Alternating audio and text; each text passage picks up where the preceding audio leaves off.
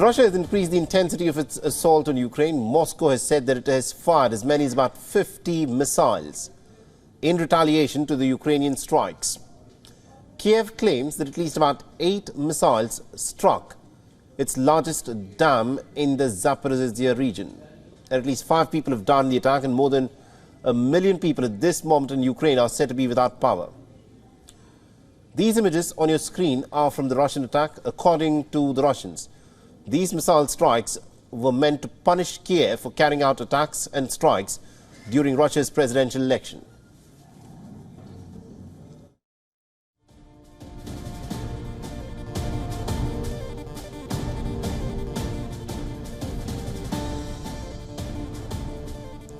So as Russia continues to pound, in Europe there are many leaders who continue to stress their long-term commitment in supporting Ukraine. Their growing rifts, however, have raised questions about just how far they would go. The divisions have been out in the open since the French President Emmanuel Macron had gone out on a limb with the idea that he had floated earlier this month that it should not be ruled out that Western nations should send their troops to Ukraine. Listen in to what he had to say.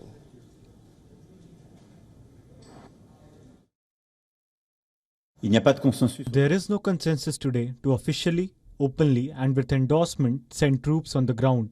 But in terms of dynamics, nothing could be ruled out. We will do everything necessary to ensure that Russia cannot win this war.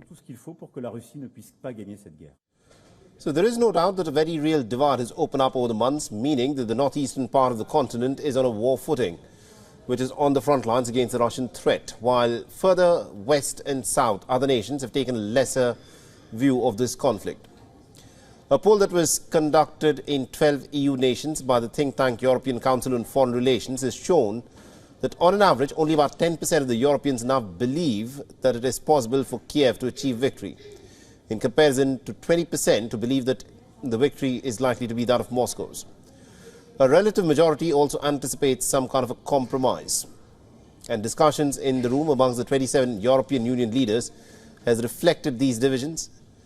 They've been reflected up to an extent where the Hungarian Prime Minister Viktor Orban in an interview had accused the European Union leaders of taking an increasingly active role in the conflict in Ukraine.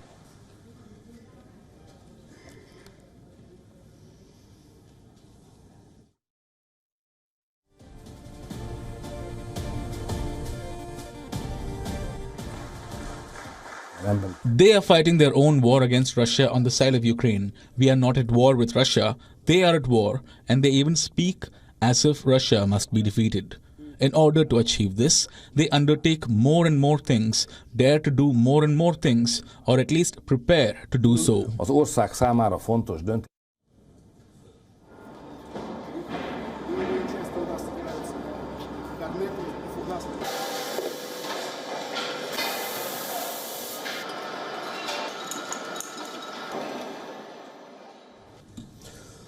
All right, now to give us more perspective on this, we're being joined by Mr. Joachim Bitterlich, who's joining us live from Berlin. He's a former German ambassador to the NATO military lines and also a former European diplomat and a security advisor to the former Chancellor Helmut Kohl, and he's joining us live in this broadcast. Now, Mr. Bitterlich, thank you very much indeed, sir, for joining us here on WION. Now, let me ask you this question, because this is something that I'm pretty sure a lot of military strategists within Europe are asking about. Increasingly, American support for Ukraine's defense has become more a sort of lip service than anything else. But on the European front, we've heard from the French President Emmanuel Macron, who said that, it is not right to rule out pretty much any option, including that of sending soldiers, boots on the ground to fight against the Russians. But that is not a sentiment that is shared by other European leaders. What is your reading about this growing rift within Europe on how to deal with the Ukrainian question? I don't think there's a real growing rift. Emmanuel Macron has been talking, let's say, in the sense of what the French call strategic ambiguity. And the whole French military strategy, including that of nuclear, use of nuclear, has always been dominated by this famous phrase of strategic ambiguity. You should be credible, and the other side should never know what you really would do. And in a sense, he is a bit outspoken. For me, I was surprised to speak about ground troops should not be excluded in any way. The sense Macron tried to express is we are all here to defend the Ukraine. Ukraine is more under pressure than 6 months ago. And we Europeans and we, the Western world, have certain difficulties to procure the right armament, the necessary armament to the Ukraine. Look at the example of ammunition as a simple example of it. And therefore he was trying, let's say, to raise a bit the pressure against the Russian side. That's all. For the moment, there is not any question really to send troops. It is not a question of actuality.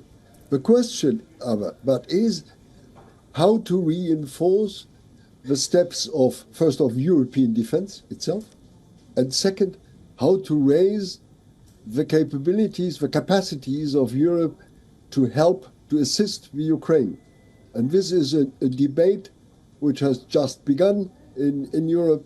Some weeks ago, the European Commissioner, Thierry Breton, was speaking about a bond, about 100 billion euro, in order to support, let's say, the reconstruction of defense in Europe. Right. More, the need of more money, yes, it's true, it's clear, but ways and means to reach this, let's say, it's yet an open debate for the moment.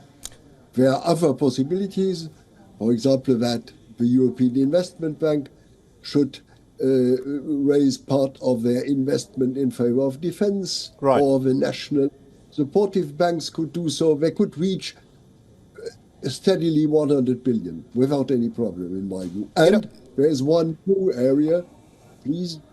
The Europeans lose each year between 300 and 400 billion euro savings from Europe, which are invested in the US, because we have not yet in Europe a real capital market. And therefore, let's call it, these reflections have gone on, and I know certain countries are reluctant towards this, among them my compatriots, the Germans, who have constitutional obstacles in this way, and I think the debate will go on.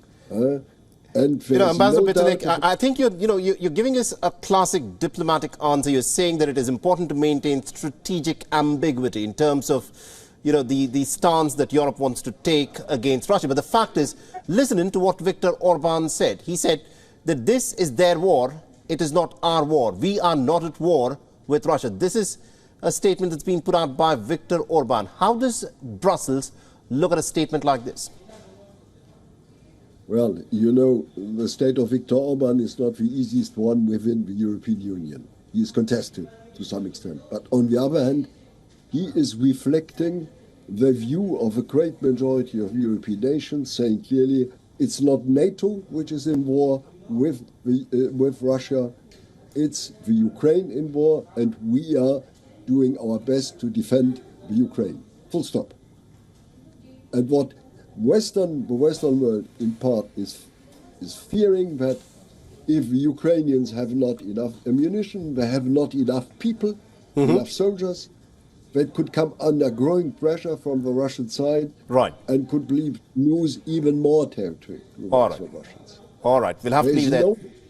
I think we're completely out of time, but I think you've made your point there, Ambassador Bitterlich, where you say that it is important that Europe, of course, follows a policy of strategic ambiguity without letting the Russians, in fact, guess as to what the European response will be. Thank you very much indeed, sir, for joining us from Berlin and getting us that perspective there.